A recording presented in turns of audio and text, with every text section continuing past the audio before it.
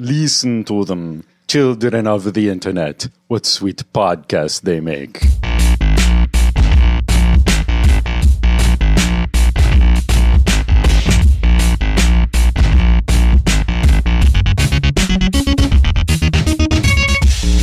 Welcome to Let's Rewatch, the show where we like to watch movies that we loved in our youth and see if they're actually still any good. I'm Nick. I'm Bret. I'm Sam. Go, Bret. I can't do the voice. I'm Ash. I'm sorry. Do I say? No. Okay. I'm like, I'm pretty sure I don't say anything yet. You can't. This is our guest this week, Bree Paulsen, vampire expert. Welcome, Bree. Hello. So this is our Halloween-y episode, isn't it? Ooh, Happy Halloween. Blah, blah, blah. this episode will be very spoopy. Did you say swoopy? Spoopy. Spoopy? You don't know spoopy? No, I don't know spoopy. Spoopy and Where have creepy. you been? That's a new word. Spoopy is like my favorite word. Okay. It's friendly spooky. Wow. Okay, welcome to Hipster Halloween. Much defines, Nick on a daily basis. Friendly, spooky. What was that thing on 30 Rock, the werewolf bar mitzvah? No, Yes. that's making it stuck in my head. It's fun. Spooky, scary. Boys become men. Men become wolves. And God. Donald Glover does the little bits in I between. think Donald Glover He wrote the does? song. He was on the show. So He was I don't staff remember writer at that that. time. He was a writer. Oh, okay. yeah. I was like, I do not remember seeing him. You on see 30 him? Rock. He appears in is. some of the episodes. You're like, hey! Like, and he's like a two baby. episodes, yeah. Oh my god! And he's wanna just go sort back of and like watch it. like a one-off, right? Like Yeah, he's like a PA or whatever in the background. But he was staff writer for a few years, and then Community pulled him off. God, that guy has infinite talent. He's a genius. You gotta get your the boy? EGOT. He just won Get 2 the Emmys. EGOT. Your boy Good won for those him. Emmys. Yeah. He deserves them. It's coming. It's coming. But this is not the Donald Glover podcast. This is the Dracula podcast. So we're watching what I call Francis Ford Coppola's Dracula, but That's what I've been calling it. yeah, it's called Bram Stoker's Dracula, but all Draculas are Bram Stoker's Dracula. This is unique because it's Francis Ford Coppola's Dracula, which is an interesting formula.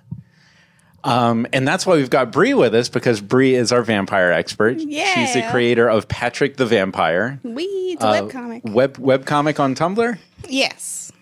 It's been around for a while now. Yeah, it just celebrated its 4-year anniversary. Wow, congrats. I've been drawing it for a long time. And I'm going to keep on drawing You it seem for a long distressed time. about that. I mean, once you read it, you're like, oh, this is funny, silly. Oh no, why is my face leaking? What is this, salty discharge? Nick had a similar experience earlier today with a webcomic. When I talk about Hobbs and Bacon, I cry. Oh. Yeah, that we discovered. I can't even describe the concept of Hobbs and Bacon without breaking into tears. But yeah, Patrik the Vampire. It's about a guy named Patrick. He's a vampire. He likes to knit. He likes to bake. He helps his friend, one of the local baristas, with her relationship problems. And he's also a vampire, dealing with his own demons, both literal and physical, and not literal. Wow. It's a pretty good comic. Bret rates it. I do. And so you're generally a vampire expert, I'm learning. Yeah. I mean, you I'm almost not brought like. the vampire encyclopedia and thought, I almost brought my vampire one of my vampire encyclopedias. Got to specify that because I have a few. But yeah, I have one too. yeah. Is it the vampire book? I'm not sure. The one that I recommend the most is Complete Idiot's Guide to Vampires. It kind of sources all the best vampire books and is written very well, like a Terry Pratchett book. well, I'm happy you didn't bring the book, because then you would have been able to cheat Yeah. at the little game that I want to set up for us here. Vampire game. Vampire games. Because I... The new game show. Welcome to Vampire Games. It's kind of like the Olympics. It's only at night. No, I'm not going to say I'm a big vampire guy, but I'm a huge fan of Dracula. I love this story. I love the book. I love all of the versions, all the movies that they've made. I have not seen Dracula Untold. I assume I would hate it. But just generally love Dracula. And one of the fascinating things I find about not just Dracula, but vampires in general, clearly Dracula is like the quintessential vampire. The thing that I find most interesting about vampires are not their powers, it's their weaknesses. And that's where you get great storytelling. Because the lore has so many good weaknesses. It's great. So let's talk about some of these weaknesses. So maybe hang back a second, Bree. Yeah, I'll hold back. I know so many. Vampire games. They'll suck your blood, maybe your brains. No, that's zombies. That's zombies. That's the theme song. I mean, vampires and zombies have a lot in common, but not. If your a brain. vampire is thirsty enough, they might take enough out of you that maybe some brain gets in there. I mean, that is where Oh, it's most like of your boba blood tea. is. Boba, yeah. Right up there in your little head. brain chunks in your blood. Yum, yum. So Sam, you got a what I is mean- a vampire weakness? What is a vampire, Vampire weekend? weakness? Yeah. Okay. Well, I'm going to go with a more obscure one, which is crosses. That's Okay, obscure. the crucifix. I don't think that's too obscure. I mean, The Jesus? It's not the obvious one, Right. Okay. No Right. sex with the Jesus. which is the sunlight. Like Oh, an obvious thing. yeah. Okay. I guess I was thinking wooden stakes. Okay. What do you do with a wooden stake? Because I think Buffy kind of plays fast and loose that you just stab. But Well, as we've talked about, Right. Buffy's not accurately stabbing. Well, that was the movie, yeah. Yeah. Yeah, sometimes it's like just stabbing, but sometimes it has to go through the heart. Yeah, I thought it. I think the traditionally lore it's is it the has heart. to go through the heart. The Yeah. vampire's worst enemy is just like a wooden deck, and they're like, "Oh, Splinter." See, we've already had this conversation in our Buffy episode. There's like a little asterisk and a hyperlink over there. Well, it doesn't have to be the heart. It could it depends on the region. Either would be through the mouth or the stomach or the heart. And then once, oh my God. No, that's why you're here. So- This is the best. So before coffins were readily used in Europe, people would just be buried in the ground. So it would essentially be a way to keep the vampire from actually getting up out of the ground. So it was stomach, heart, or mouth. Then when coffins started being used, like the heart being what pumped the blood through the body, stop the heart, stop the vampire. That's why the heart is more common. So in vampire porn, is it the vagina that they say? But that's the most fascinating part is the way these stem from folklore of they're basically a ghost, you know, evolved in Pokemon fashion. A ghost evolves to a Dracula. And so they're at their foundation, they're a ghost. Well, I don't think that's accurate. Not all, like some like that's where the no reflection thing comes from, because like Exactly, no 'cause it's reflection and not shadow really because there. it's not really there. Right. That way, like I if it's more thought of it like Ghost is was a not really silver there. thing. it depends on what lore you follow. I've had so many discussions about this online, but yeah, like the silver thing stems from either it's because it's such a pure element, or Judas with the silver coins. Anyone? Dracula 2000.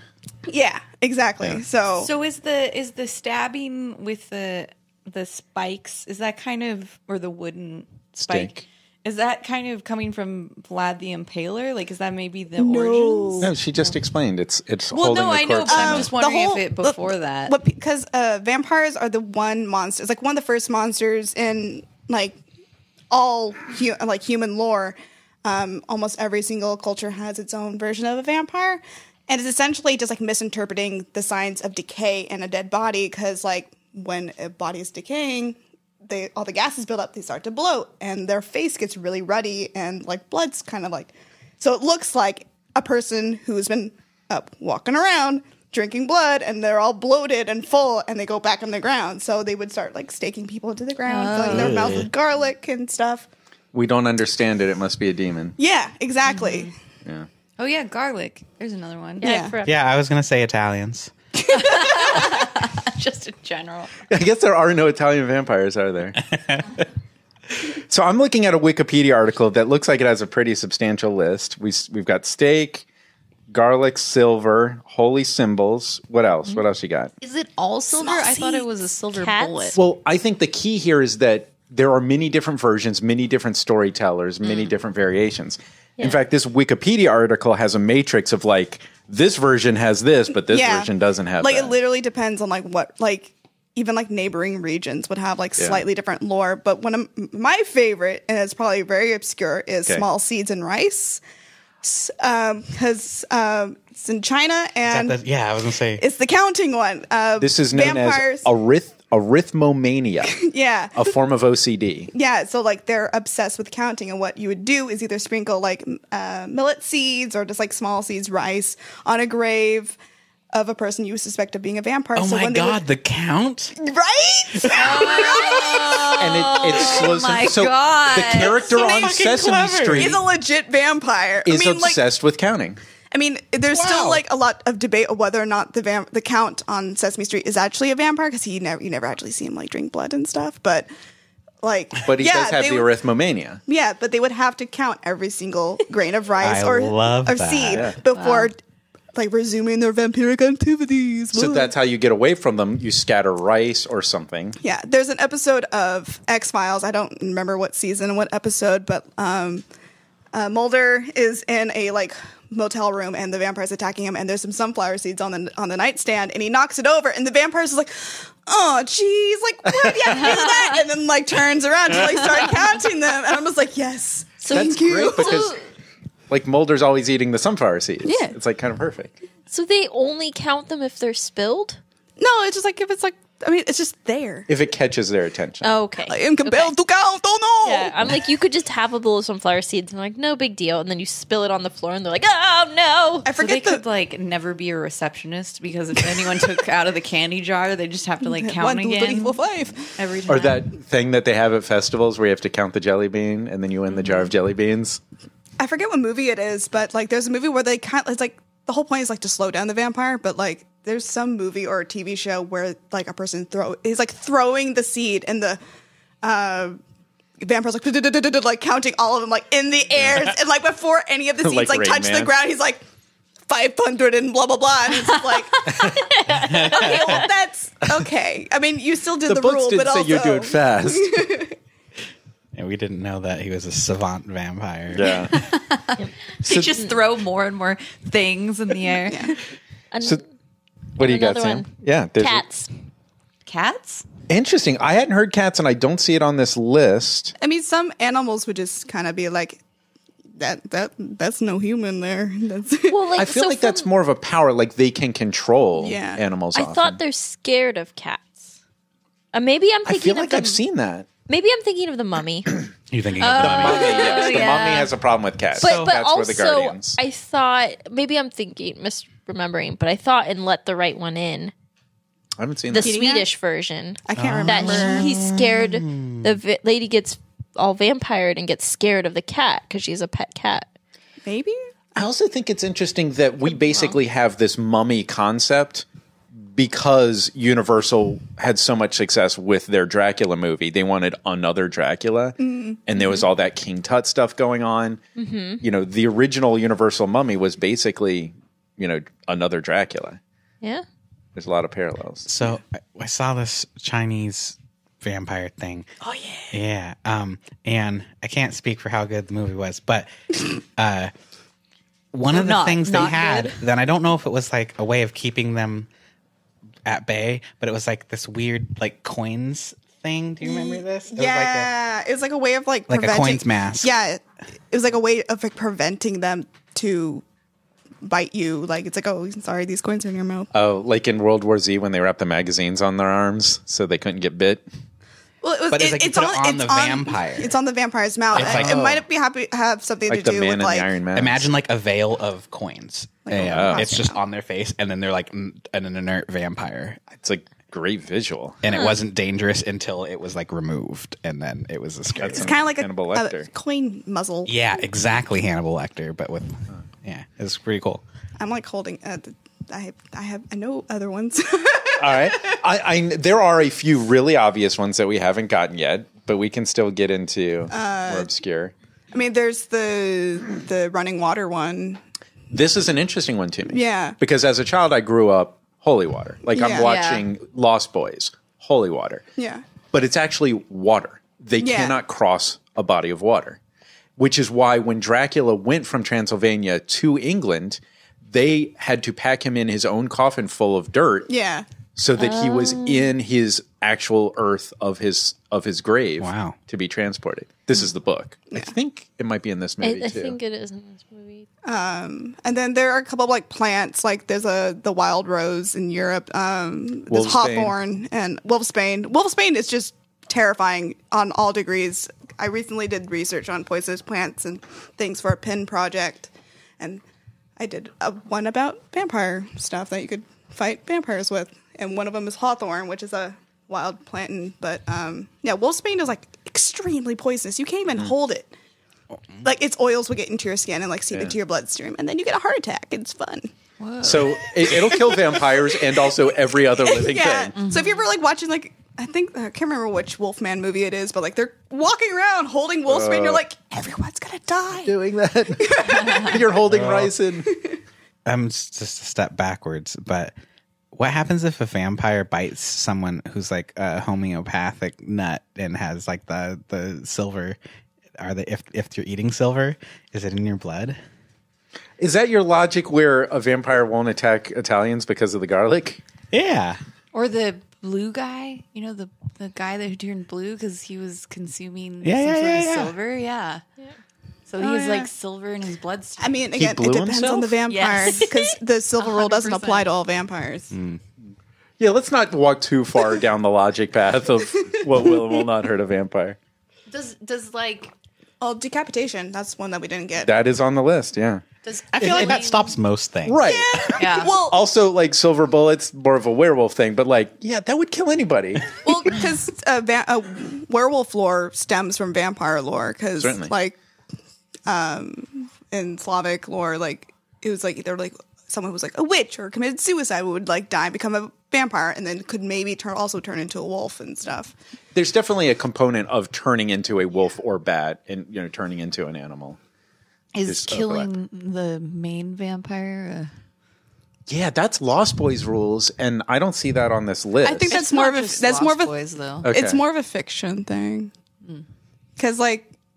I'm sorry, are vampires not fictional?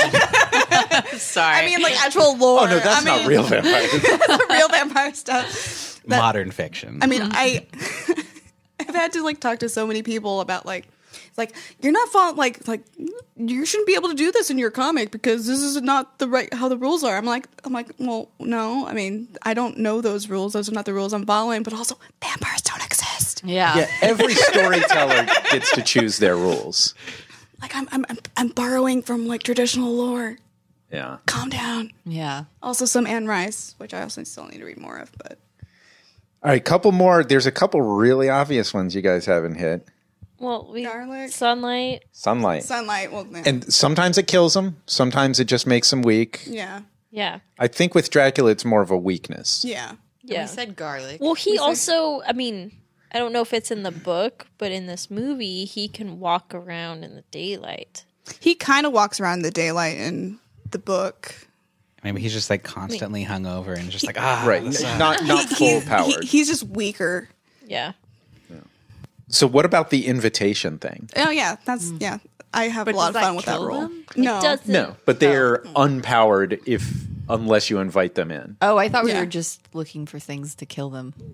Can't you put something on your door? Yeah, I mean, well, you could hang like garlic or hawthorn around like your house. Is it like True Blood rules? Can you uninvite the vampires? And it is in my comic. You are uninvited. The vampire in my comic goes back and forth when some characters are debating on whether or not he's welcome or not. So he's like being welcomed in and then told to leave. So he's like flying across the room. So if you like send an Evite, but then you cancel the Evite before the party. Yep. It's like, dang it.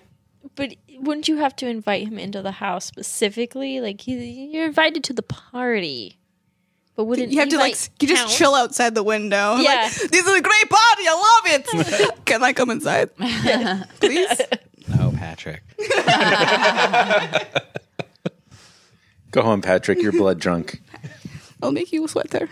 So I think we've hit certainly everything on this list and everything I could think of. The obsession, the counting, the arithmomania was always a fascinating one to me. It's so good. And the body of water is fascinating. Vampires are extremely fragile. Are you telling me that the aliens in that one alien movie by Night Shyamalan? were they vampires? They're vampires. I think that was different. Anyway, Everything's Remember, vampires. they were allergic to baseball bats. I thought they were allergic to water. Everyone's allergic to baseball bats when they hit you in the face. Yeah, they killed him with the baseball bat. Well. And then they poured water. Let's face it, it was a combination of water and baseball bats. So I read an interesting article this week about how they think the origins of vampires stemmed from people with allergy to sunlight, and they'd be Or really anemic people. yeah, but specifically the people with the blood disorder that made it so that they can't go out in the sun. Something where That's they different than anemic because anemic. It is. Oh, yeah. I'm But talking about two different. Yeah. Oh, okay. Yeah, but We this- don't understand it. It's a demon. Yeah, exactly. Yeah. So these people would their body wouldn't produce something to where they'd want to drink animal blood Yeah. to help make up for it. Oh yeah. And- Sometimes they eat dirt too. Well, yeah, that Because was it's like anemia. get those minerals. Yeah, and so they think that that's where vampires started from because these people would go out in the evening and they'd see them drinking animal blood and vampires. Vampires. But also the sunlight rule wasn't really introduced in vampire lore that much. I just pushed up my glass like, well, excuse me. Well, Yeah. actually. Well, actually. No, one of the first vampires to be defeated by sunlight was Nosferatu because they had to figure out a way that wasn't the Dracula ending to differentiate it from Dracula enough to where it's still hey, we're gonna steal this story and kind of use it. But Yeah. but yeah, because there's some vampire and vampire lore where they just are normal people and they drink blood. I think that's more in Scandinavia and stuff. Okay. But yeah, they're the ghosty ones. They're revenants, whatever it is. I really like the hopping vampires. Yeah. Hopping vampire? Oh Are they my God, that sounds hopping terrifying. spiders? Because What? they're like rigor mortis or whatever, so they can't really walk very well. So they hop around. They Wing, hop wing, from wing. place to place, but in a creepy vampire way. Wow. So vampires are really fragile. There's so much that can kill them, but we're still extremely afraid of them. Yeah. I And think it's because you don't know they're vampires usually. That's why they're my favorite monster because it's it's like a person. No, just kidding. Yeah, usually their victims are unsuspecting, Yeah. and they're very charming. And they, depending on the lore, Yeah. can what is it mind control kind of? That's the thing that I'm most interested in, and I think this is Dracula. This is Yeah. for Dracula. The reason Dracula is afraid, I think, boils down to is that he's stealing our women, right? And the women seem to be And going. then our jobs.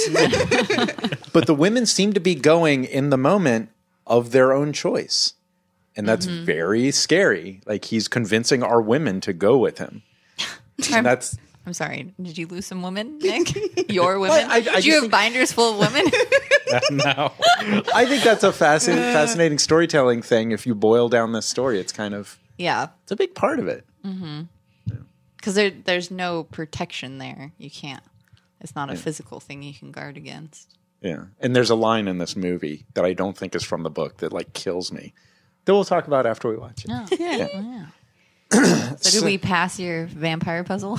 Yes, you solved my vampire. You puzzle. solved my vampire puzzle. So yeah, this is a book that I'm a big fan of. I assume. Didn't you say you've recently I reread just the book? read it. I've been putting it off because I'm not a big fan of a lot of the adaptations of the movies. Oh, Yeah, so I'm I like think- I don't really care for this. And then I read the book. I'm like, oh my god, and as old as it is, mad. Frankenstein and Dracula are both fantastic. They're both the book. I recently read Frankenstein too, and that one it's just none of the adaptations really do it justice because the creature is fully articulate and incredibly smart. If you ever have the opportunity, the Danny Boyle stage play with Benedict Cumberbatch and Johnny Lee Miller, they rebroadcast it in movie theaters every now and then. That's fantastic. Benedict Cumberbatch as the monster is exactly what you want. Except for the rape and stuff, because that's not in the book. Oh, you've seen it. No, I mean, you've read about it? I have a friend who's very much into Okay. Frankenstein, but like, yeah, there's a lot of stuff that like they put in. It's just like, you don't need to do that. Why you gotta put the rape in there though? That doesn't happen. What's your most favorite vampire? My most favorite vampire? There's this one that's like half deer, and it's either Ireland or Scotland. They like Is it like a panpire? pretty much like they're like these lady. There's like they're like these lady vampires. They always wear green. They dance around fires and like lure like men over to like come like hang out with them, play music and stuff. And then like like as they're dancing around, like it's revealed like they don't have human legs. And Woo. What And type then- of legs Oh, do they dear. have? they have deer. They have deer legs. Like 4 of them? Or like No. 2? It's not like a centaur. It's just like like Pan. Okay. On the phone. I never noticed you were a centaur. Well, I mean, those dresses, sometimes they like Oh, yeah, really the big pop poofy out. Not to be rude, miss, but you have quite a large. Oh, there's more legs. That's why you have a very large Bustle. muscle. That's what they're for. All right, so what are we expecting from this movie? So Bree, we'll save you as the guest to the last. Yeah. Oh no, trivia. Be our guest at Trivia. the last. Trivia about the movie. Oh, you listen to our show. Yes, I do. I was gonna say long time listener, first time caller. Well, I don't think we need to necessarily go through like Francis Ford Coppola. That's interesting. This is like 2 years after Godfather 2 or Godfather 3. So yeah, that's just an interesting thing. There's a lot of people in this movie. Though. There are a lot of people. There was somebody I had on my mind. Yeah, I'm curious to see when this person jumps out. But Gary Oldman is our Dracula. Keanu Reeves is our John Harker. We saw Keanu recently in Point Break. Winona Ryder is Wilhelmina, who we have all been enjoying recently as the mother on Stranger Things. Yes. I completely forgot. Sir Anthony Hopkins is Van Helsing in this movie. Yes. And I completely forgot, and I forgot. I think he's awesome. You know who else is in this? Who else? Carrie Elwes. That's who I was wondering. I was waiting for that to pop up. Is he really? Yeah, he's one of the And suitors. also, I think Hugh Laurie. No. No. Am I getting mixed You're up? thinking of the guy who plays Dr. Seward, and it's not Hugh Laurie. Okay. Yeah. This might be the best Renfield. Tom Waits is Renfield. Oh, wow. Damn. So, yeah, buckle up for a very interesting Renfield here. But yeah, what are we expecting?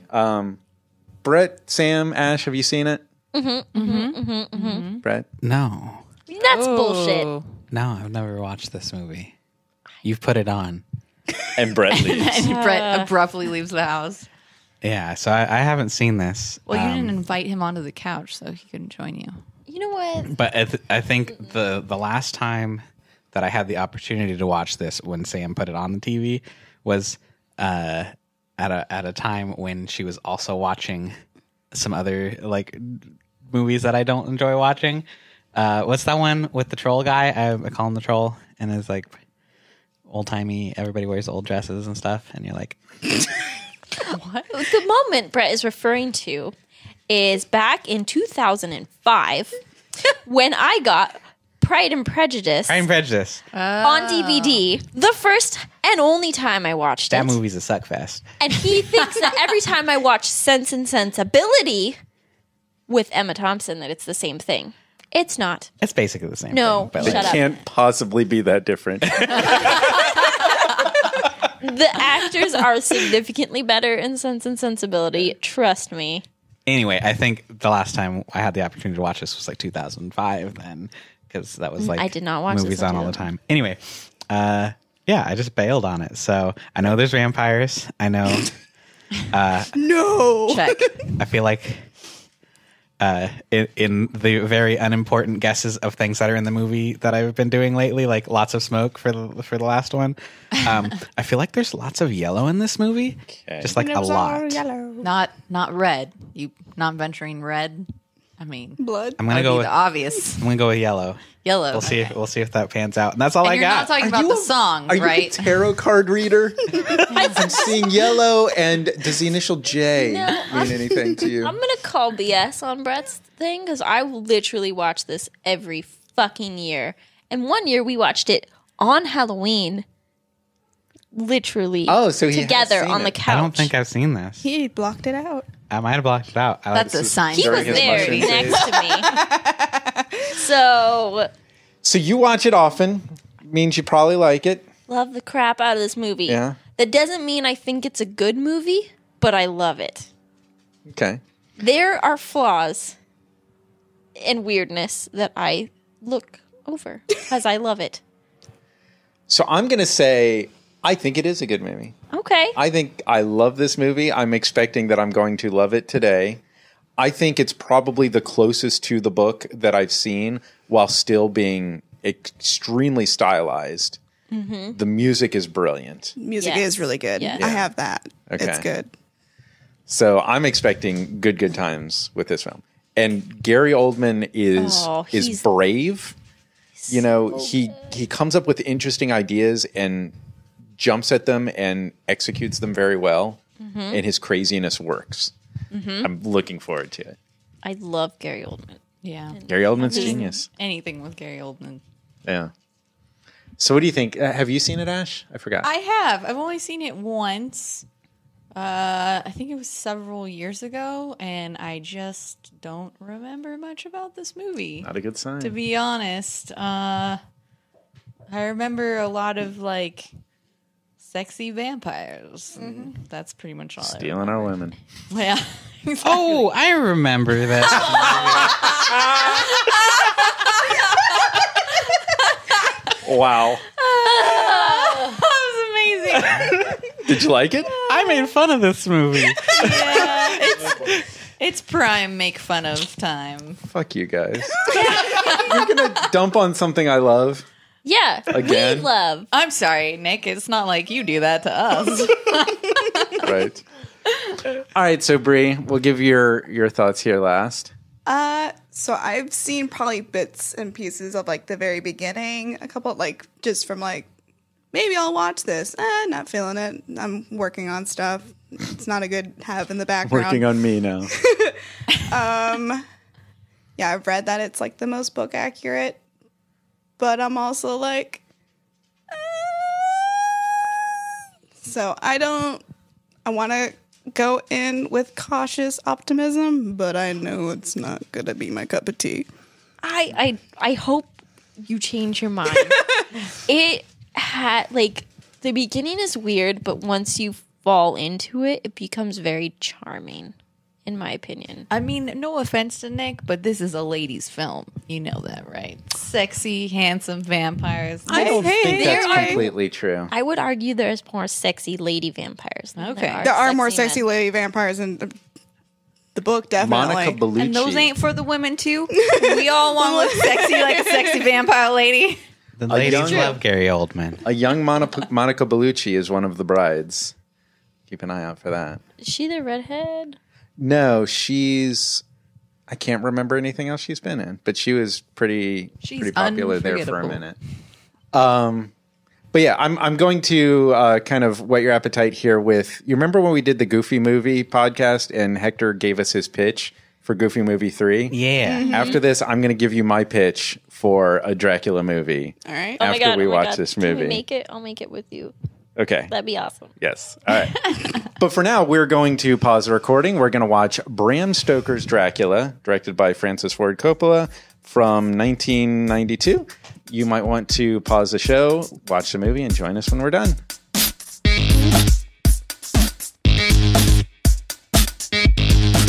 I was working in the lab late one night, when my eyes beheld an eerie sight. We did the mash. We did the monster mash. The monster mash. It was a graveyard smash. So we just watched Dracula. How do you pronounce it? Dracula. Dracula. Dr. Dracula. Dracula. If he was a rapper. Dracula. Dracula. But I like when you said that he doesn't like to cross water, so he's the Dracula.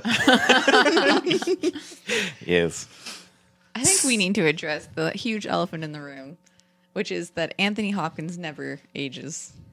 Ever. I don't know. He seemed pretty young in this. Maybe he's a drag. Yeah. He's the vampire.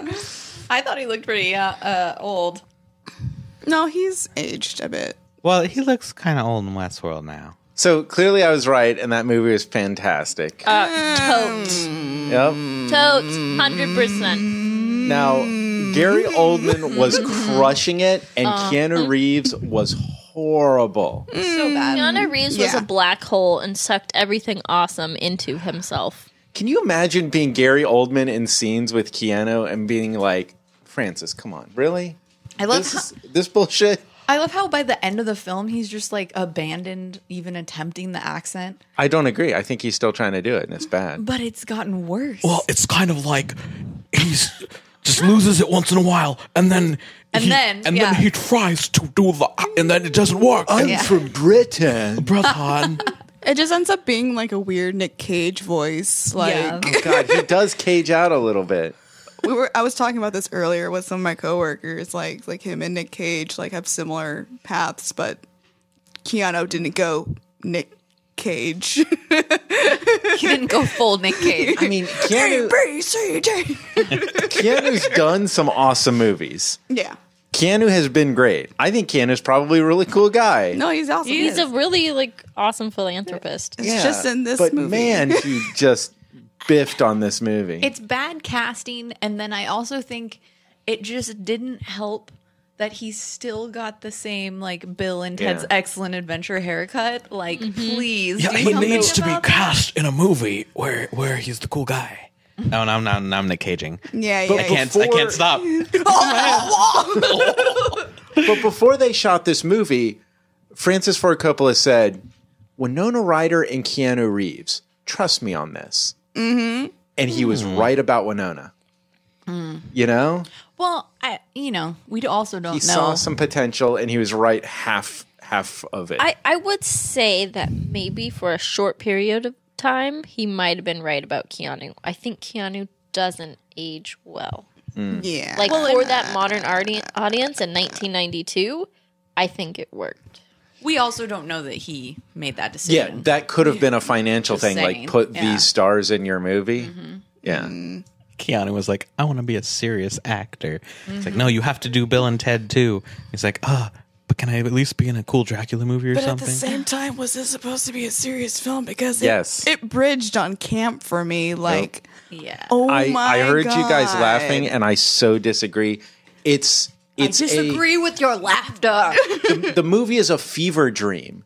Totally. You know, it should be surreal, and what just happened, and I don't feel like I'm quite awake, and I'm not sure I understand what happened. And But at They- the same time, we're supposed to be like following a story and like, some like ambiguity and like, okay, whoa, this is supposed to be disorienting, but also like some of those cuts were just like really harsh. Like, yeah, they mixed it some was so disjointed. super Yeah. high caliber, like really good visuals sometimes, and then like fucking public access TV, like Yes. zoom in and out on the gate of the building. I like, never felt like that. It was like, It wasn't all motivated, and that's the problem. yes. Wow, I so disagree. Like I never felt it like it looked bad. I never felt like it was hard to follow.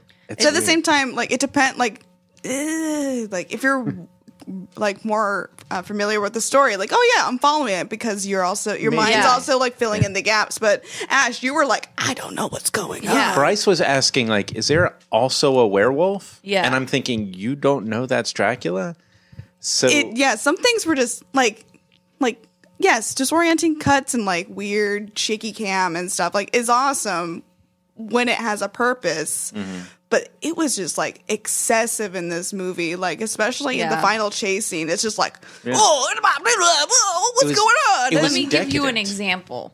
We discussed it before watching the film, the Earth, that he put the Earth in the boxes Yeah. to come over. never once explained in the movie.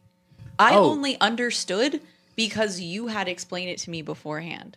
That's interesting. I feel like Van Helsing explained it. No. Not real, not like... Specifically. Yeah. They said, he boxed up the earth from his castle, but they didn't explain the They didn't logic. explain why. Yeah. So they didn't explain it in the way where he needed it to cross the ocean. They did Yeah. explain it like that he needed to recharge in the dirt of his homeland once he was in the new place. I never heard them say that. Yeah, it was like did they say said it that. like once. Oh. Yeah. Yeah, it's just, and again, we just said in Blade Runner, if your whole thing hinges on me missing one dialogue of plot. Set up your rules. Yeah, and that's the thing is like I didn't feel like there was a clear set of rules. It felt like oh, all of a sudden he can turn young, by the way. Oh, all of a sudden he can turn into this werewolf creature, by the way. Oh, all of a sudden he can turn into a green mist, by the way. Like I just felt like, what are the rules? They did I don't actually explicitly say the mist earlier.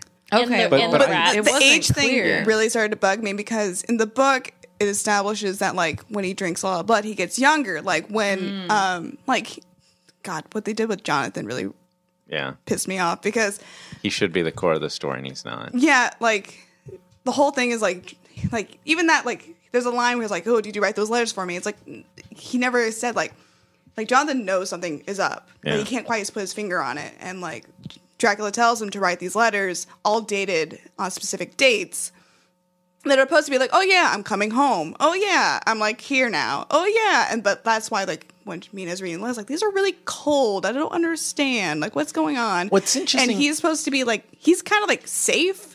But he's like kind of watching all this stuff happen. Like, okay, he's getting ready to leave, but what the heck is going on? Like, he's like stealing babies from people. Like, what the heck? And then he comes into his chamber, discovers him, like, what the heck? It's the Count, but he's like young. What the heck happened? And then when him and Mina are walking around the town, He recognizes he's them. like, he's like, oh my god, like he's young. And Mina's like, what the who's that? Obviously, Jonathan knows this guy. Also, Mina thinks like the Count, like it's my favorite quote in the book. It's like, this man does not have a good face. Like he does not have a good face. So it's just like she immediately knows like something's off. I feel like all of that was in the movie, and it wasn't as clear as the book made it. But Yeah. that was all there. Like, never explained that drinking blood made him younger. Because he went back and forth from Ever. being young and yeah, old and he young would go and back old. and forth, and I never understood the rules as to like how and why. I just assumed he has the magic power to change his form all the time, but then I was like, I don't understand why he isn't just like young and handsome all the Although time. knowing that that's how it was supposed to work, his whole like sucking that one girl's blood out, the whole movie makes sense Yeah, now. that's exactly how I feel. I didn't realize that was the logic, but now that you've explained Yeah. it, it makes sense. And, like, I the know. I felt like Keanu did know something was up. Yeah. But put a horrible performance Yes. into communicating that. Very like And there was a moment where he said, like, I know now I'm a prisoner and all that stuff. but that was like mostly VO though. So it's just Right. like But I Yeah. think Keanu thought he was communicating that with the audience with his performance, and he was wrong. but at the same time, director let that happen. Like Yeah, director may have been stuck with Keanu. Yeah. I don't know if there was much to work with. Because, I mean, he set up some scenes really beautifully where Keanu could have caught something weird out of his eye, like Yeah. the corner of his eye, like the whole shadow scene stuff that, like, the A good audience actor saw. could have done so much with this. Yeah. scene. Well, that was like another thing that just didn't make any sense to me was like, based on Keanu's performance, I was like, I don't understand why he isn't trying to escape. Because he's seen this guy fly across the room and do magical things. Like he's standing right there in visual contact of it and he just doesn't react. Yeah. Like he just acts like it's normal. And it just doesn't make any sense to me because I'm like, wouldn't you be like getting the fuck out of there by now? I mean, Unless you that felt was like you were immediately under threat. like he was like they had him like wander around the castle, and that's when he's supposed to be like finding like okay, is there a way to actually escape this place? No, it's on a cliff. I can't. But we never get that it's- moment. Yeah, you don't get until that moment. It's the just like, end. oh, Yeah. it's like, oh, here we go, sexy vampire time. Oh yeah, he's gonna get it on with these ladies. Yeah. Oh yeah. He doesn't attempt to escape, and his VO even says that it's his first attempt to escape. But he says, "I'm going to attempt to escape He said again. Yeah, he said again. I'm going to attempt to escape one last time. Okay, but before he even met the sexy vampires, he wasn't attempting to escape. He was just like wandering around. Yeah, like he wasn't. I think he was doing the thing where it's like, I don't want him to know that I suspect something because he'll kill me where I stand. But this is not explained in the movie. You know what I mean? And that I do agree with. Like, it was not communicated as it should. Yeah. And I think an actor with nuance could have communicated like what Keanu was trying to communicate and failed. Was the reason why like Dracula's bringing all the boxes of Earth to England ever explained? Because like in the book, he like purchases multiple properties, puts the boxes of Earth there so he can like recuperate in his like little box and then go out and like get more blood. Because he's not just drinking from Mina and Lucy; he's like drinking from a bunch of people. What's weird is I feel like it's there, but if other people don't feel like it's there, then it's not there. Yeah. You know? Yeah, I felt like it was. He like doesn't seem to be concerned at all about them like destroying them either. So it's just like I don't even understand the point of them. I think he had some elsewhere because he got back on a ship and he was back in one of those boxes. Yeah, they just never show that in the movie. Which again so is not explained. There's gaps. It's all assumed like if you know the book or you know are familiar with the story. Yeah, you could kind of like extrapolate some of that, like, you know, if he only bought like 5 properties, but he had people working day and night to fill boxes with dirt. Like, there's probably a lot of fucking boxes. Like they mentioned like once, like when he's signing the documents with Jonathan, like why did you buy these 10 properties? It's like never really ever discussed even more. It's just like, oh, did they ever like go like, oh, we need to hunt down the other houses and figure out where he's living and then destroy these boxes too. Right. I think they went straight to Carfax Abbey and thought that was the whole deal. Yeah. So Renfield, what's that about?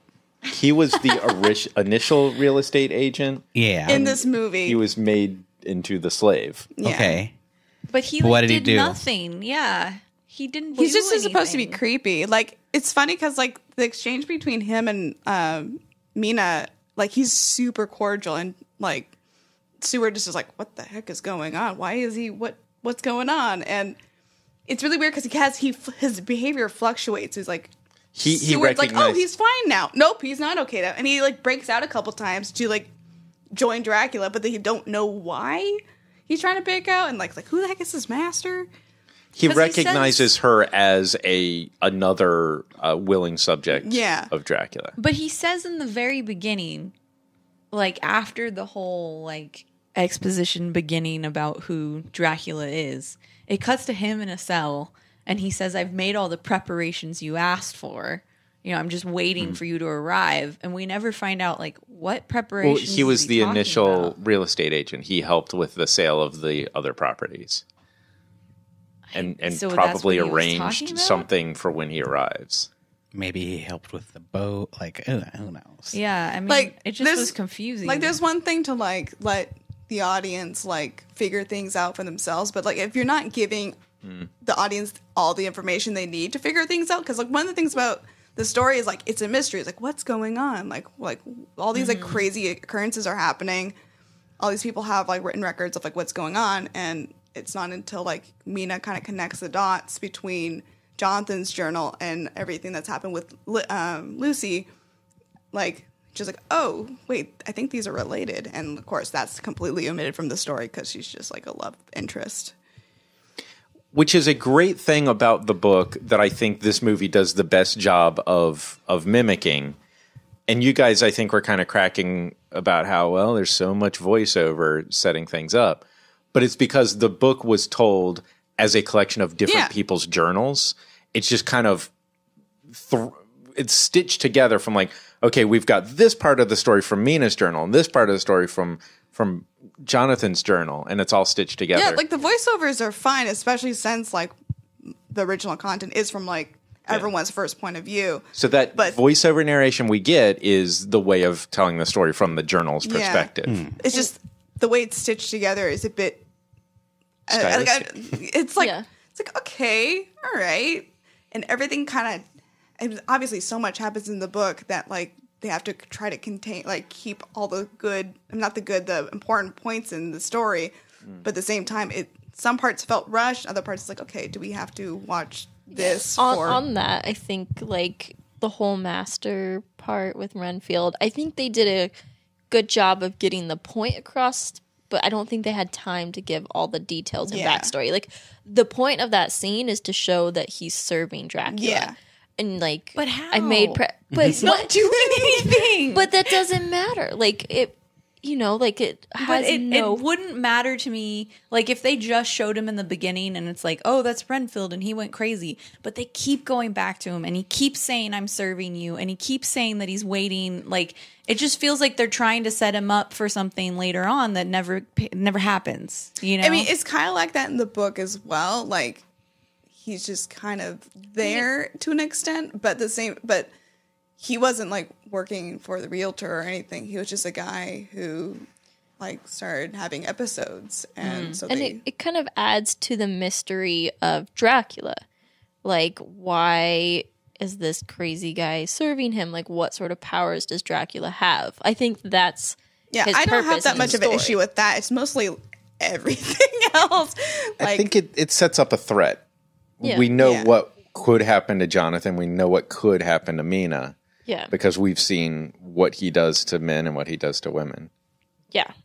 I just think he was too much. You know, like you set it up, but then we just kept going back to him for nothing. You know what I mean? I don't think it's for nothing. It's for atmosphere and style. Totally. You know, he's the guy with the flappy armed straight jacket. Like, conveniently across the street from. Yeah, that's You know what I mean? Like that I made don't me know if feel it like. is so convenient. it's not convenient. Like it's because they're across the street. But I mean, him being in prison across the street just furthered my mind going like, oh, okay, Dracula's going to break him out and something, you know, like it made me think like he's positioned himself there to serve him, but then that never pays off. Well, he's positioned there to serve Dracula, but Dracula doesn't give a shit anymore. Yeah. yeah. And That's a he part of says it. that. And I think that's his. He's I was got ready just to like serve you, and a whole separate plot line Yeah. of this is what happens to Dracula's servants eventually, and like everybody who's a willing servant is actually gonna kind of end up getting fucked at the end of it. Well, Dracula so- only killed him because he told Winona Ryder to leave. Yeah. So yeah, but he was also in a jail, not getting his immortality or whatever. Also, like that was the first time he was actually on Dracula's radar. yeah, Like he just wrote that dude off. Yeah. You So in Let the Right One In, it's kind of like what Bret said. Like there's a vampire and people are serving her in that case. And in the end, it doesn't matter. Like it's just they're there to get what the vampire needs until they find a new person to help. I Yeah. think that's the case with Renfield. I have less of a problem with Renfield than I do personally. I think all the voiceover and letters are completely unneeded. Like I think You could totally do Dracula without. yeah, and I've having the seen it voiceover. without. Many Like- versions have done it without that, but I think he was trying to be beholden to the original I book. think it definitely sets a tone. It definitely sets a That's tone, but like if appealing. he's trying to be so like faithful to the book, then there's a lot of decisions where he departed from the book Well, there's that too. strongly. So it's just like, okay, so you're being faithful to this part, but you're also completely changing this character. Well, so. the way I see it is like in a novel, having the story told through different letters is a creative use for a writer to tell a story. It was very in vogue when Dracula Yeah. was written. And I think that's a creative use of a writer using their tools. But for a filmmaker, it just doesn't, in my opinion, work for the screen. Like It definitely doesn't age well. It ends up being Yeah. like that's why I kept like this film starting to border on camp, especially with like the overlays of the letters of their like Yeah, Jonathan like, the traveling way and then it's like all the little executed, too. blips of like seeing Dracula's eyes in the sky. It's like, okay, alrighty then. Cool. I will say that those feel jarring the first viewing, and they feel more tonal and stylistic the more you watch it. well, I've seen this movie before. It's not my first viewing. In fact, I don't remember them bothering me the first time I saw it. It bothers me more this time, I think. Because I kind of like the camp though. Like that's why but I'm it is like, camp. It's Like, I very don't think camp. it is camp. And I see where you're coming from. I understand that, but I feel like it is a very rich, decadent style. I don't. And I think it's appropriate, and I love it. And we just disagree. Definitely. I mean, because like it, the style is like used in other camp films, so it's just like and it's very heavy in this film. Yeah, even those transitions, like, you know, his like match cut transitions, like they just make feel this really heavy handed. They make this like the Star Wars transitions look like really, really nice. But I think, you know, despite my earlier public access burn, like it does fit the mood of every scene that they showed up in, you know? Totally. And it also fits the mood of this, like, the cinematograph or whatever they were using the word for, the first motion film, you know, that Dracula is discovering there in London. It fits a time period of experimenting with, you know, film on screen. I did appreciate that, like when he's like walking through the streets, like it's supposed to resemble like early film, and like he sees her, and then it transitions into more modern filmmaking. I'm like, that was pretty cool, but also, I don't know. I've got a book question for you. You got a book question? Yeah, because even in their cinematograph scene, the thing that they were watching looked like a porn, like old timey That's porn. not in the book. It's okay, because I was gonna say none of like that's book like stuff. how much of like that scene is not in the book. But how much of the you know Dracula's powers of extreme horniness, like how much was There in the book? isn't really anything like So- like There's a power of hypnotism. Okay, because it was just horniness in this Which- movie. yeah. there's so much like So I'm like much I'm like horny. Coppola. Do you have a thing? It's like that the you first wanna... season of Game of Thrones. They're like, this is fantasy, and nobody will take it seriously unless we put in boobs and sex. I just wanted somebody to dress that Lucy roll for a change. I don't agree. Like, We're Are you gonna cry? Are you gonna Nick cry? is literally dying no, over here. it's this person has walked into our world that is so uptight and controlled by social rules of proper British behavior, and revealing these concepts of sexual desires. It's so inappropriate. We're proper British people and so uncomfortable with it.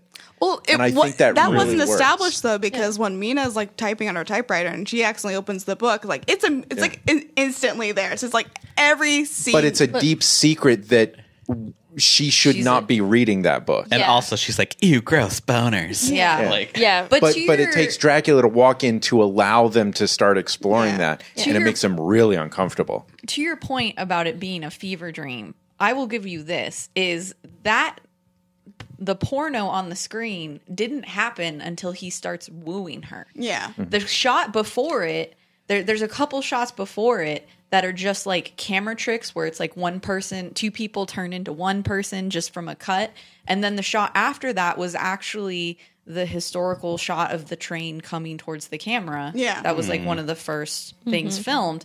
And then when he starts wooing her is when it turns into a porn. So if you go on the idea that like Coppola is like, you know, it's a fever dream, it could be motivated because that's and what he more was doing at the moment, I guess. more on that. Like the first scene where we see Dracula is kind of like a weird werewolf where he first bites Nina. Like the way they stage that is referencing old paintings of like the women that were fainted and like they'd have a demon on their chest. Yeah. So like it's like fever dream and like these Actual nightmares, because nightmares Yeah, were believed to have exactly. been like actual demons that would sit on you. yeah, exactly. So that's kind of what they're referencing, I think. Dracula's presence is just like warping the reality. Yeah. Yeah, I mean, there's fever dream things about it that I like. You know, like I like the point of view. I know it's not a werewolf, but the werewolf point of view cam. And I even like how they must have like sped up the shutter because it looks kind of jumpy. Wait, was it a werewolf? Mirrors the feeling you would get watching film for the first time in whatever 1890 or what it was. No, not that. When he is the werewolf and like There was like POV like shots, like him, yeah, like rushing but it's through like things. jumpy and it almost looks like jump cutty, like Yeah. you know. I liked that, but yeah, I don't know if he's a werewolf. The first couple times I saw him, this is a weird. I don't understand this. He's a vampire which changes shape into different animals. That's never established though. It establishes because you just saw it. Like it's nobody has to come on screen and say, "Hey, he can turn into a wolf." No. The fact that you see him turn into a wolf, he didn't turn into different animals. I don't think he turned into the same animal. a wolf, a bat, a rats, a wolf mist. bat. We saw those things He's missed happen. an animal. Did he turn into rats, or did he trade places with an equal amount of rats? Would you rather fight a rat-sized Dracula or 100 Dracula-sized rats? Or no? I got that back. Wait a minute. One of those Definitely the rat-sized Dracula. One thing about the fever dreamness, like, I feel like this film was exhausting to watch because it was just constantly like that. Like, I felt like there needed to be some scenes where, like, you can actually, like, just kind of sit and, like, soak in all the information you got. And then, like, it just so that it would have more disagree. impact. You should be under threat of, I can't think straight until we neutralize this threat.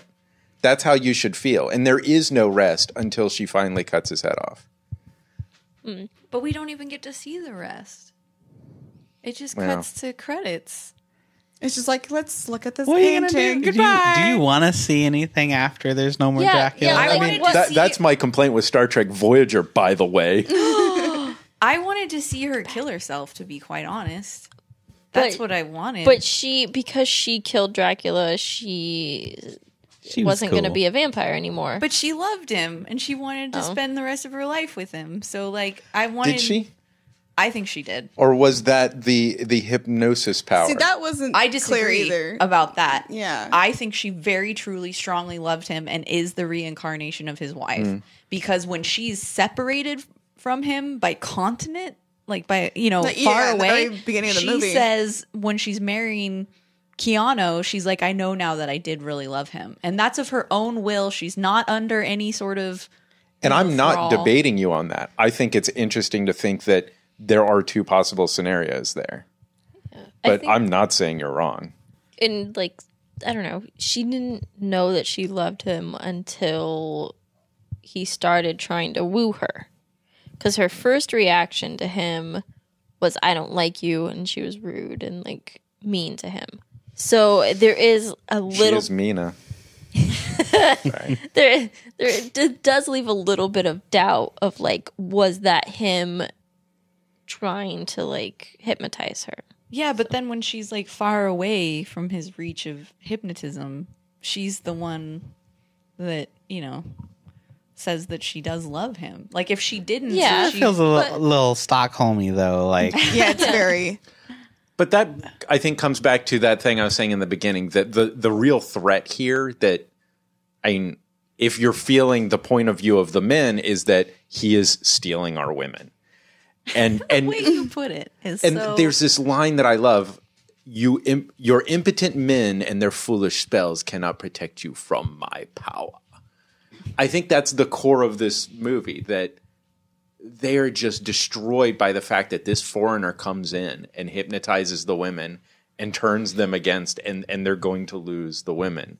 And they are impotent and they have no power to stop it. I love that about this. creepy. Well, it's a creepy story. Good old xenophobia. What is that? No, good old xenophobia, because that was really big. back Yeah, then. absolutely. I mean, people are coming in. I don't know who they are. it is me. I am a foreigner. I don't need the personality or even the words. I just am here, and your women love me. 1, 2, 3, cookie. So, can I pitch my movie idea? Yeah. Yes. Sure. Oh, yes. So, Ash won't DP for it. Sorry. You're stuck with me. well, I don't think Ash hates Dracula. I think she No. kind In of fact, dislikes this movie. I think Nosferatu, the original Nosferatu, is a better version of this. Same. Sorry. you can't judge the Dracula story. The Dracula Yeah. story is too big to be judged by this one movie. Yeah. And if you kind of like Dracula, there are versions of Dracula that can be recommended for you. Yeah. Yeah. Okay, so my film idea is called Demeter. Demeter. After the boat. The boat. It's all the boat. Oh, nice. That's the whole story. Because you've got this ship where they so it's like Alien. Yeah. It is It's Alien. exactly It is Alien. Absolutely. They're contracted by these gypsies. I'm on board. who need to these gypsies have contracted them to transport just boxes of dirt to England. And little by little, like, They you know, disappear. Yeah. a crewman disappears. Whatever. You know, did he desert before we left? Or, you know, and then more crewmen are disappearing. And there's one, like the first lieutenant kind of takes it upon himself to be like, there is something happening here. And he starts to suspect this. And little by little, the way I think you'll have, because it's been a while since I've read the book, you'll have to refresh me on this. But a ship crashes in the harbor in England with, I think it's the first lieutenant tied to the wheel. No, it's the captain. There's no lieutenant. It's the first mate who. That's the same thing. First lieutenant is the first. Yeah. mate. So the first mate, he's like certain that there's something on the boat, and he wants to go and fight it. Well, find it, and the captain's like, no, it's fine. Like obviously something's wrong, but like don't get crazy. Don't go off because you don't want to get killed yourself. And like they have to confront him. But yeah, the captain straps himself to the wheel, and so when I think it like comes aground somewhere, and like it doesn't crash onto the shore, but and they're just like, what the heck happened here? So the movie ends with the ship crashing with the captain tied to the wheel. Wow. So you just take these like 10 pages out of the book, and that's the movie that I want to make. It'd be And very. it's called I Demeter. would definitely watch that because that would be. I mean, I love Alien, so Yeah. and I like vampires. Can I pitch another movie to you? Okay. This movie, modern day, but imagine those letters as text messages, Sherlock style. You should watch a film called Dracula 2000, which is way, way better than it has any right to be. Really? It's a damn good movie. Gerard Butler is Dracula. And it's the first time we've seen Gerard Butler, because this was in the year 2000. But he's so good. Okay. Yeah. And then a movie you shouldn't watch, well, you can, is called Dracula 3000, and that's in space.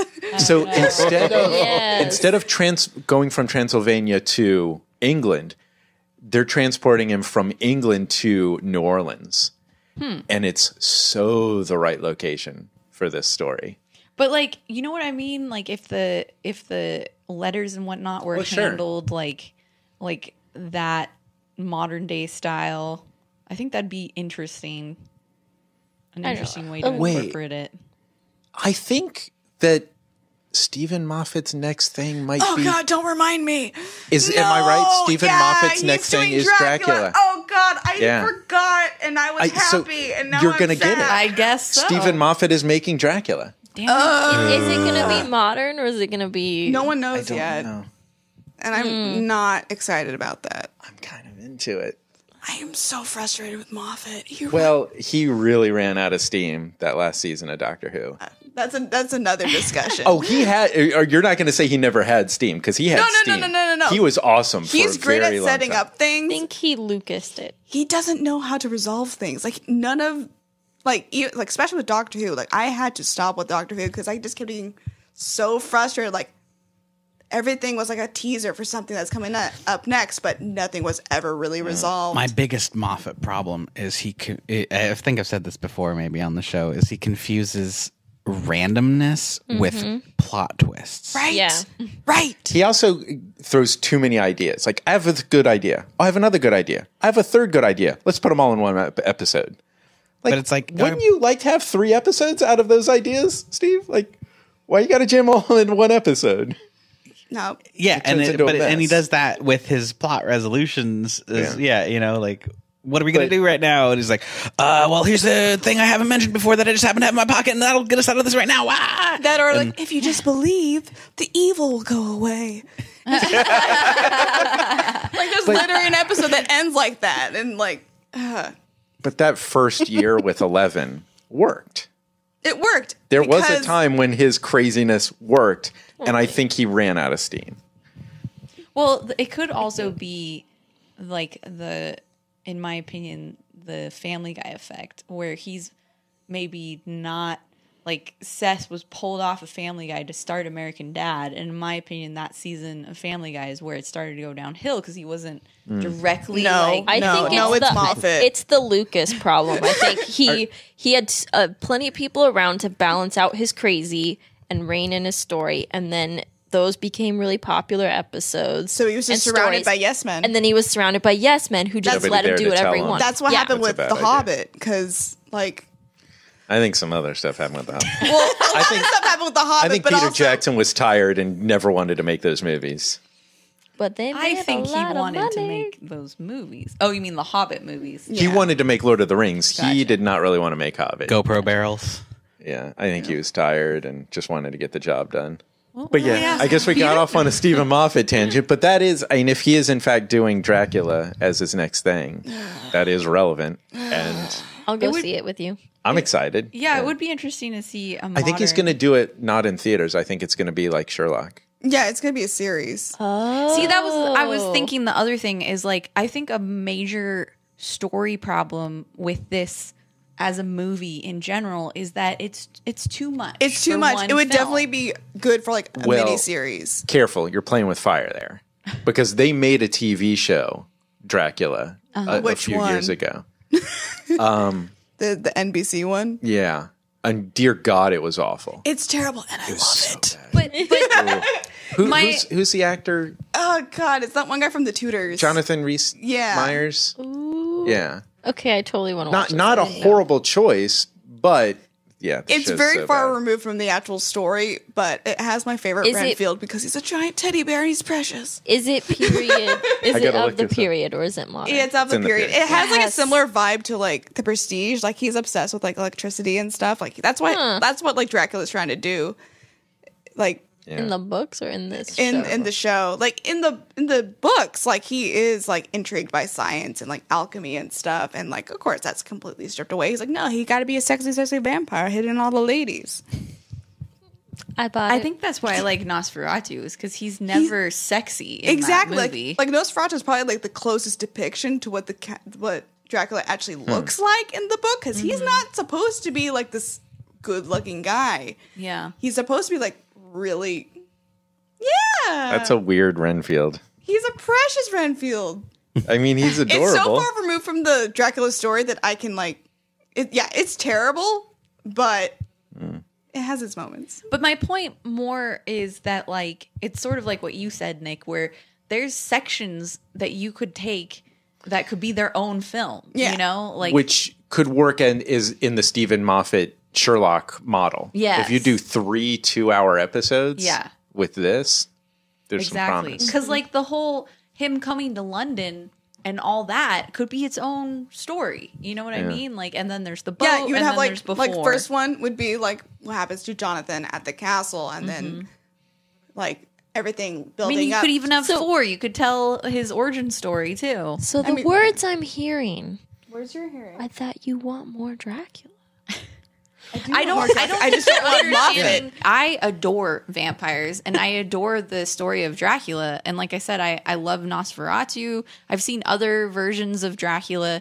It's just I don't like the way this was executed. Same. That's what I don't like. Yeah, I don't think there's anybody here saying that they don't like Dracula. Yeah. That's No. still a gold standard for It's a great just a story. stylistic difference of opinion. Like I really. used to, like before I read the book, like I kind of avoided Dracula media because it's not my jam. Like it's always just like, oh, here's Dracula being sexy and like wooing woman. I'm like, okay, cool, I guess. It's kind of been overdone.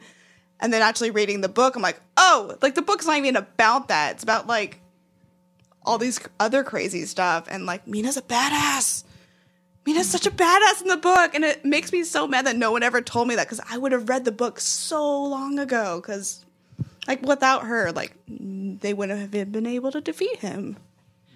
I think this is something you talked about in the beginning, Nick, how like the scariest monster is this monster that looks human and steals our women. But I kept thinking like, you know, I like that. I do like that. idea, and I kept thinking how it's also really similar to one of my favorite films, Labyrinth. Is you have this goblin king who's trying to lure this young woman away, and with his sexy ways, and it's an intriguing story because I think it's thrilling and exciting because you're kind of like, as a viewer, you're like, oh, I kind of want to see them bone down, but also I don't want her to die. What I like here that Labyrinth doesn't have, though, is you've actually got 3 strong men made impotent by this and just feeling that hopelessness of like, oh, we've got to kill this foreigner because he's stealing our women. I love that hopelessness of that. Hashtag stealing our women. I know that's a cliche xenophobic thing, but it's like that is made real by this story. And I really love the desperation of that. It just felt to me like, at least until the second half, but the first half just felt to me like 3 dudes who are hoping that she'll change their mind and marry them instead. Like, that was played pretty goofy in this version. Really weird. It was like, do you really care, or are you just hoping? But watch some, what is it, Pride and Prejudice and this and that and Sense and Sensibility and whatever. It's all, this time period is all, that sort of thing. 5 guys trying to get this one girl. But and even competing. the book, Or like 3 girls like trying to Seward get that kind one of dude. like lingers around because he is the doctor, but the other guy kind of just like disappears for a bit, and then he comes back to help defeat Dracula. Like they're not all like hanging around like, oh, maybe she'll change her mind. It's like, oh, she made up her mind. Okay. All right. Well, she's sick now. I think I'm going to help take care of her. All right. Oh, I need help. I'm going to go get this guy that I learned from. Yeah, I mean, if you've ever been the nerdy guy who had the cool asshole roll in and hook up with the girl that you like, there's some resonance in this story for that. Yeah. All right. So that's Dracula, you guys. So what are our final thoughts? I think it's kind of almost transparent here, but I feel like I could go around and nail your final thoughts. Except Bret, where are you coming from? Press the wild card. What's in your heart? Look into your heart. So And into your wife's eyes. this was a pretty Don't good be movie. hypnotized. Yes! Hell yeah. This is a pretty good movie. We can stay guys. married. Bret, you and I can stay married too. You can be my wingman anytime. This got real weird. It's funny because we're actually like divided, like literally, like you guys are on that side of the room and me and Ash are over here. And it's a good movie carried entirely on the shoulders of Gary Oldman. Yeah. Yeah, I mean Gary and Oldman Sir does Anthony. an amazing. I'm not gonna be there with you on That's too bad. I think he's Mr. doing Hops. some interesting stuff here. I mean, it's cool. I mean, interesting is definitely a word I would use to There's describe it. darkness in this world and there are lights. And you are one of the lights. creepy. Yeah, He's I a little like weird it, and creepy, yeah. but man, I love what he's doing here. I love it too. But it's And, like oh, by the way, I want to, sorry. I'm going to let you finish, but I'm going to let you finish. You know how sometimes I quote movies and nobody knows what I'm talking about? Yeah. And like sometimes I don't even realize it until I've seen it. Sometimes I say, yeah. yeah. And I never realized, like, I got that from Anthony Hopkins in this movie. not Yeah. German people. boy. You just- But just the way he's like, Oh, boy. yeah. Yeah, it's you mean yeah? interesting because it's this weird thing where Anthony Hopkins, I think, was doing a good job, but there was this other element of just fucking insanity that Gary Oldman brought to the table, and then an equal and opposite lack of anything credible at all from Keanu Reeves. that Anthony Hopkins' like good performance just kind of misses, like it falls flat in this world where The spectrum. yeah, like he's it's- just in the middle. He's completely average in the spectrum of acting in this movie. No, that's Carrie Elways. yeah. Yeah, Carrie Elways is just doing a good job and you don't even notice it. he looked like his character from Princess Bride doing like in a disguise. Like the Dread Pirate Robin? No. He was like, it's like the mid stage between Princess Bride and Ella Enchanted, because he's the bad guy. Yes. It was like the midpoint, because he started getting the mustache, but his hair wasn't dark yet. And he hadn't gained the weight yet. Oh. Good night, Dracula. I'll most likely kill you in the morning. Yeah. As you wish. But yeah, so good movie. Where's though. that movie? It was just, if you're on board with the camp, and some of us were not, but yeah, if you're on board with the camp, it's rad. If you were looking for a more serious tale, then yeah, it was. It kind of Then there are that did versions of not Dracula stand for up. that. Yeah. Yeah. So anyway, that's my thing. I liked it. Well, I'll throw my final thoughts in and then let everybody else. You hated it? I loved it. I think it fulfilled exactly what I expected of it, and the music is just so, like, we didn't even talk about how great this music is. I love it. great. That opening scene Yeah. with the score over it. Played in silhouette. Yeah. You know, like the whatever that is, the setting sun silhouetting this battle scene.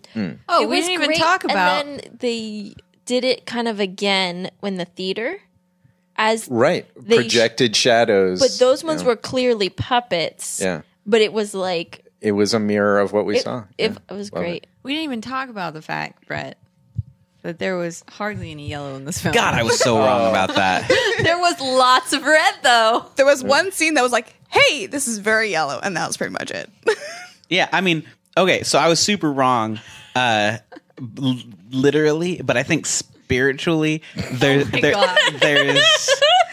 This film just has Wow. a yellow aura around it. no, I think more than a lot of other movies we watched. This movie was one color, and I had the wrong color there. Yeah. but it was Just admit you took a so- shot in the dark and you were wrong and move on. It was so fucking red, though. It wasn't all yellow. And how about his armor in the beginning? That was just like muscle. His armor was Yeah. really cool. Yeah, Yeah. actually, I wanna pause your final thoughts to talk about the impeccable costume design in this movie. Yeah. It's great. So like his armor looked like muscles and tendons and like With a little bat head. it was creepy. It's not that little, but Oh, that's why his hair looks like boobs, because it was like his helmet. yeah. I guess. Bat head. But so later on, when Mina starts to like Dracula, her costume had Yeah. that pattern Yeah. on it. Not the waistcoat, but the cloth under it Yeah. mirrored the cloth under his, which was the shape of muscle. Yeah. And Bree, you were talking about how green is her color, and I didn't notice it until you said that. It was me, actually. You said that? Yeah, Okay. she said, then I pointed out what It was appropriate for the time period. it's appropriate for the time period, but also she'd be dead. Oh yeah. But it was like a green version of that muscle. Yeah. cloth. Yeah. Interesting So that he great. was a green mist. Yeah. Oh. And then the only time she like changed color was when there was that scene where she's remembering. I took it as she was remembering her. Yeah. past All the way up life. until that point, like, and then she she's was wearing green, red. and then she started wearing red. It's like, oh, she's been turned. I did air quotes. Which is funny they did that, because that whole like Mina being the wife in the past, that's not in the book. No. And that's not in any other version. It's actually like, But it is in The Mummy. On Moon Oh, yeah. is that same thing. Yeah. So it's kind of interesting that Francis Ford Coppola is doing The Mummy, which was a different version of Dracula, and taking cues well, there's from a that. version. I think it's the Frank Langella. I'm butchering his last name. No, that's it. Okay. Frank Langella. It's an awesome movie. I think that's the film that introduced the whole wife Oh, thing. okay. And so, like, It's been so long since there, I've seen that one. yeah, and then there's like a book that made all the connect, like, because Bram was inspired by Vlad the Impaler for, like, it's never specified in the book. Like, it just says he was a great fighter. He fought the Turks in the war and stuff like that. But he's never like, it's Vlad the Impaler. But these guys wrote a book and they connected those dots. Like, oh, look, it's Vlad the Impaler. It's Dracula. And it's like, Yeah. no, Vlad but Tepes. nah. But that's just gained steam, and everyone's like, oh yeah, Dracula's Vlad the Impaler. It's like, not really, but okay, Yeah. whatever. So yeah, I love that you jumped in on that, Sam, because that's the costume was on point. The music was on point. I love the surreal fever dream tone of this movie. Completely on board. That's how I feel. Yep. So Sam, let's go to you next then. I still love this movie, and I get why it feels weird, but I appreciate it for the tone that it sets, and I love the world that it creates. Yeah. Like, it's a world that I want to go back into and keep watching every year. This was Bram Stoker's Dracula, could have been Francis Ford Coppola's Dracula, kind of Brian Fuller's Dracula. Wait, who's Brian Fuller? Pushing Daisies, Hannibal. An amazing director. Yeah. Like, it kind of feels like Brian Fuller's Dracula. I guess. A little bit. All right, so Ash, what do you got? I do think there's a lot in this movie that's good. You know, I think that there's a lot to like, and I do like the Dracula story.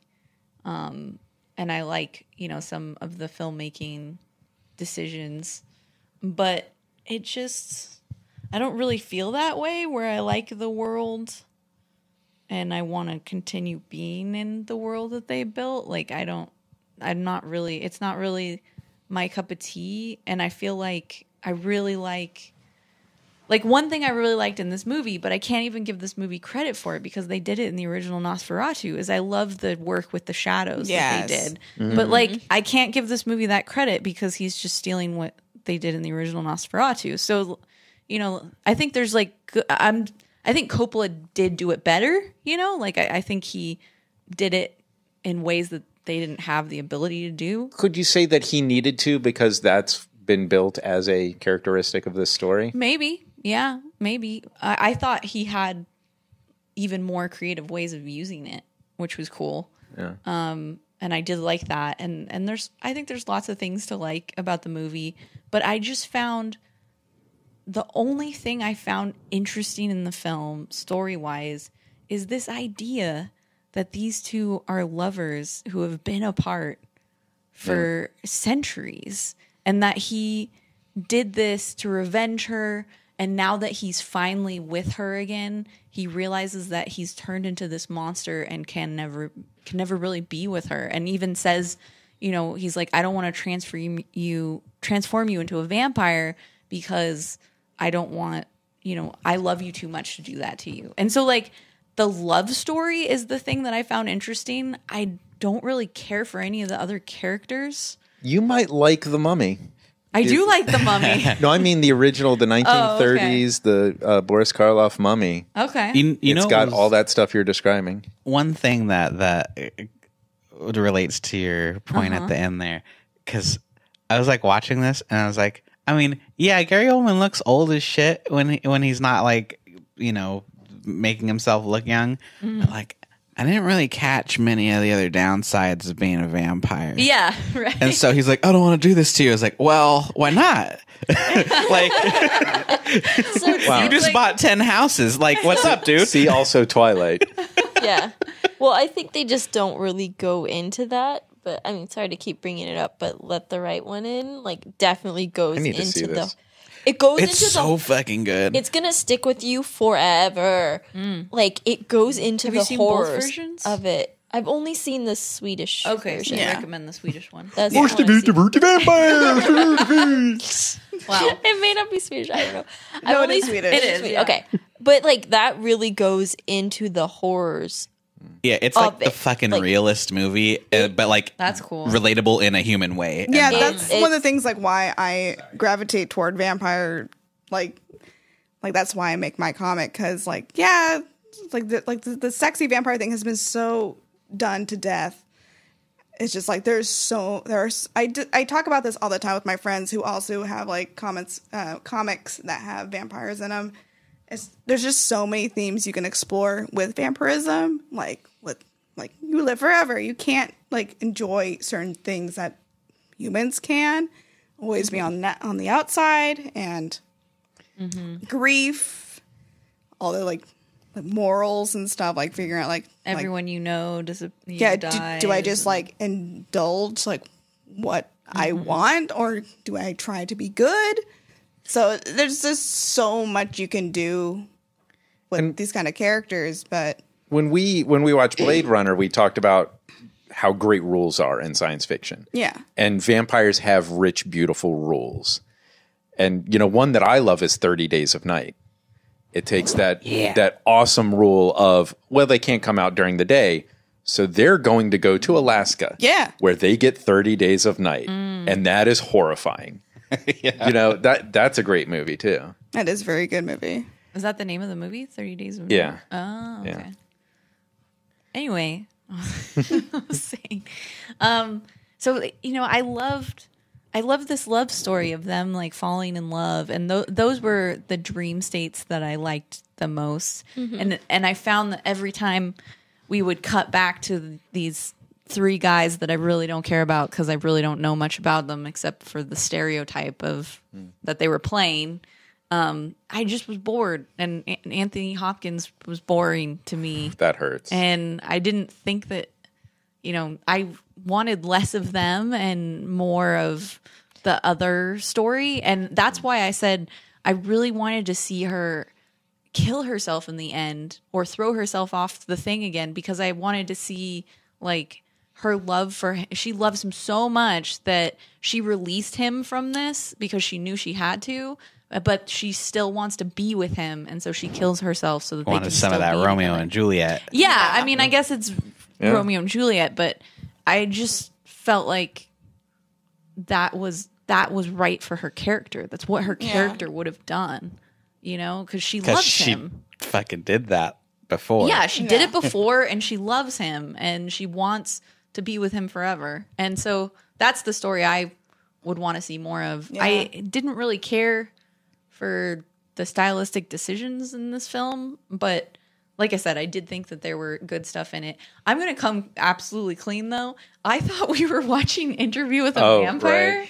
This is not even the film I thought we were watching. I have seen this film before, but now I'm just kind of bummed I didn't see Interview with a Vampire. I do want to watch Interview with a Vampire because there's Yeah. some great stuff in that, too. It's really I have good. not seen it. Oh, It's then pretty I'm good. not going to say some stuff I was about to say. Oh man, Sam, I think you will. I don't Yeah, know. you'd You really might like like it better, to be honest. I think you really like it. All right. I gotta defend my boy Tony Hopkins. What about that scene where right after they took down Lucy, and they're having like, okay, everybody eat this gross bloody meat, and he says like, at any time did you taste of their blood? And Keanu says no, and he looks at him, and he just kills this gigantic mug of beer in one gulp. No, like that was a great character thing. It wasn't those earlier performances that bothered me. It's his like slow slip into madness as the film went on. Yeah, that was weird. I didn't It's a little over the top. understand the motivation behind it, and it didn't seem like the character he was in the first half of the film. That I was like, all of a sudden he's like this crazy old man, and I was like, why? Well, Like, I don't get it. I kind of took that as like he was a man that had this whole theory about vampires that hadn't been proven yet, and then he suddenly like got proof that all of his ideas that he had in his head were actual. And he's off the chain. Yeah, now. he was like Yeah. postulating the theory of vampires, and then like, oh, this town's kind of weird. Fucking right. Yeah, yeah. His brain's just going, vampires are real, vampires, I'm fighting one, yes, yes, yes. Which I think is like cool, and I could see that. But like where it went over the top is when he's like grabbing this dead lady's fiance and saying that she would become the whore of the Satan and humping him, and I was like, that's just a little Yeah, that was far. really, that was nah. He was a little bit of a yin yang with Dracula, and I have to wonder if Tony is on set watching Gary Oldman work, and he's like, "Oh fuck you, watch me." yeah. Yeah. It did kind of feel like he was trying to steal the show or something. I Yeah. don't know. I'm Anthony Hopkins, goddammit. Yeah. He's not my favorite.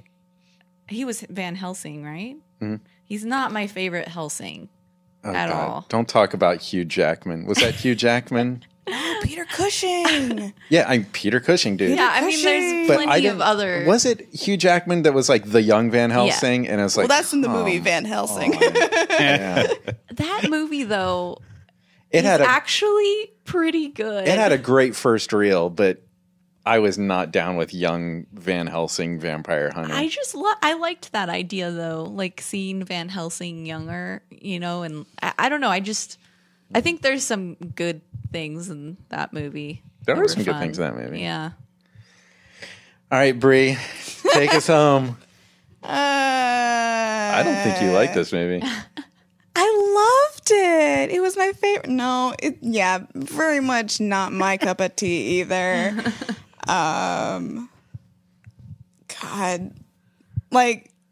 especially since I just read the book, like so many of the things that I loved in the book weren't even in the movie, and like I hate to compare the book and the movie.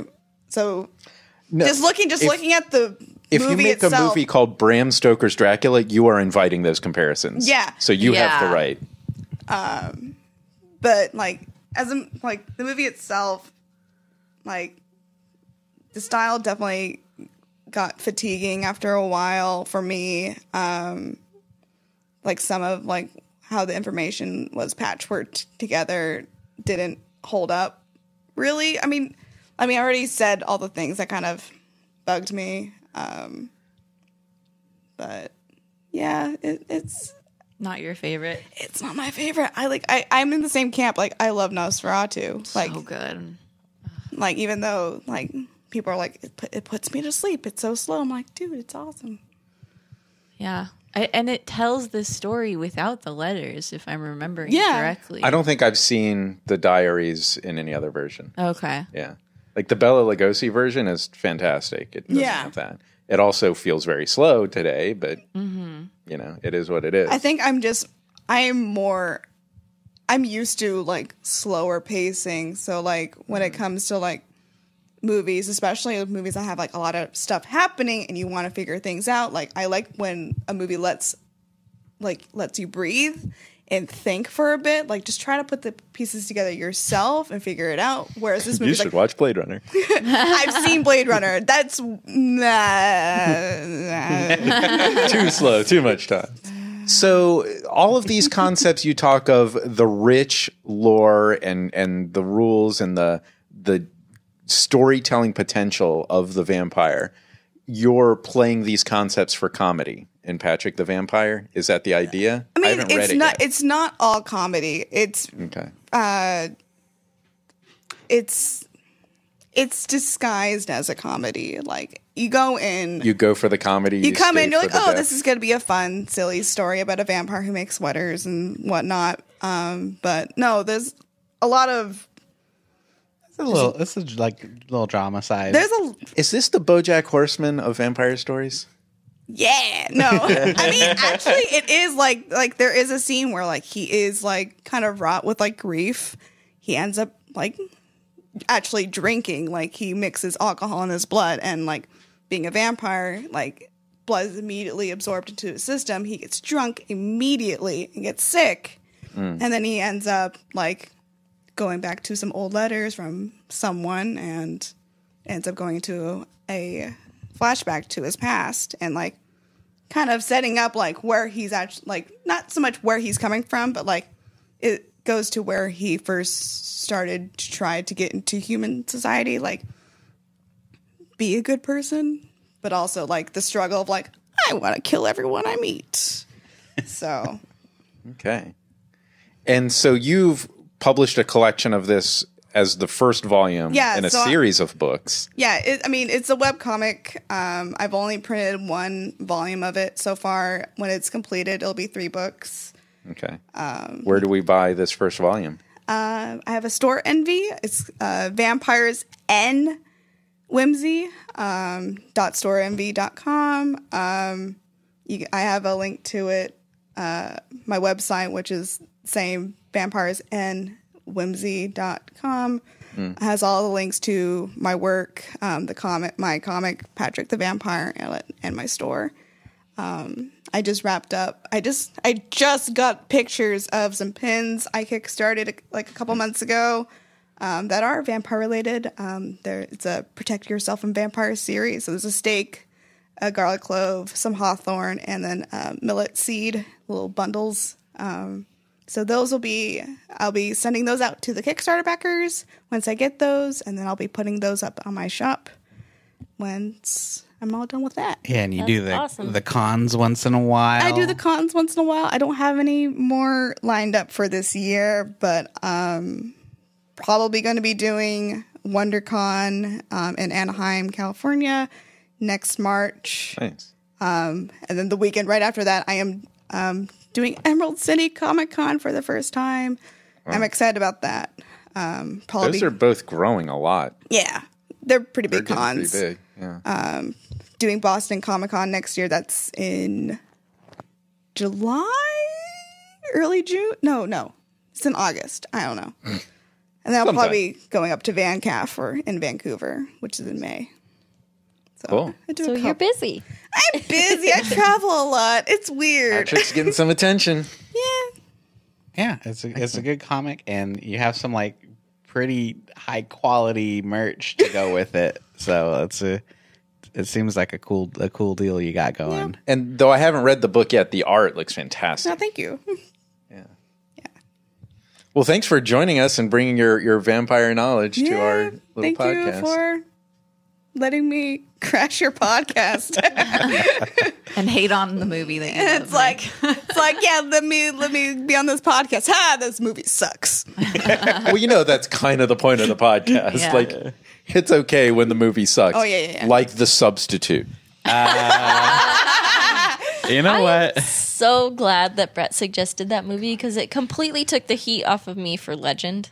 You know what though? That's right. You were the original. I was the OG Bret. The Substitute's a great movie. I don't know what you're talking At about. least Get mine the had sock Tim Curry. You know exactly what I'm talking about. You know what you did.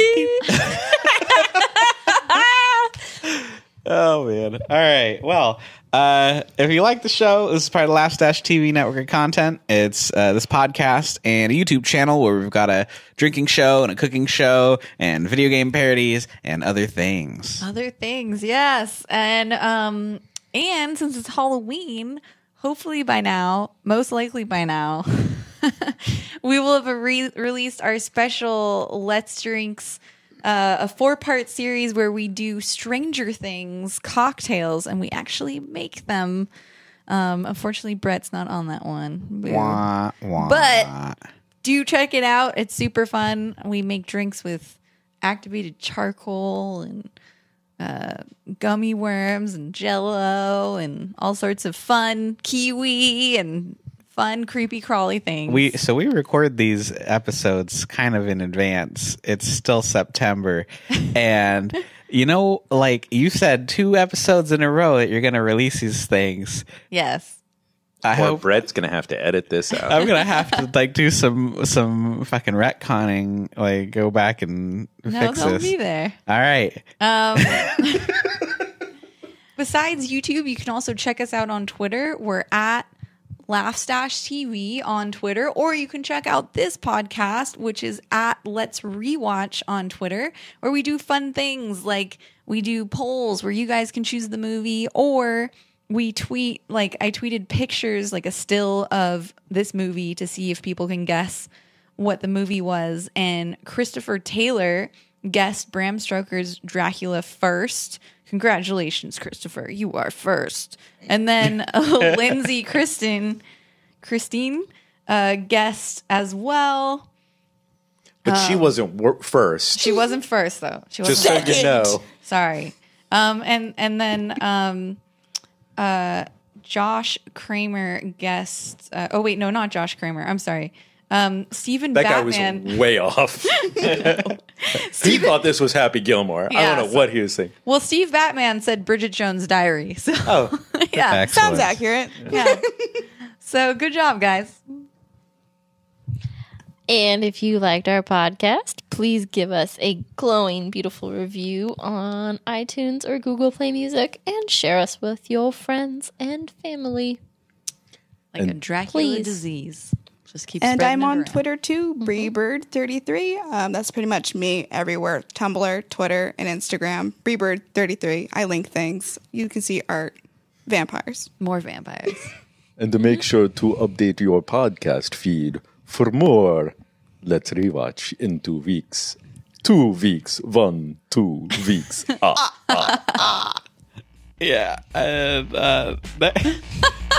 next time, we're going to watch Nuts.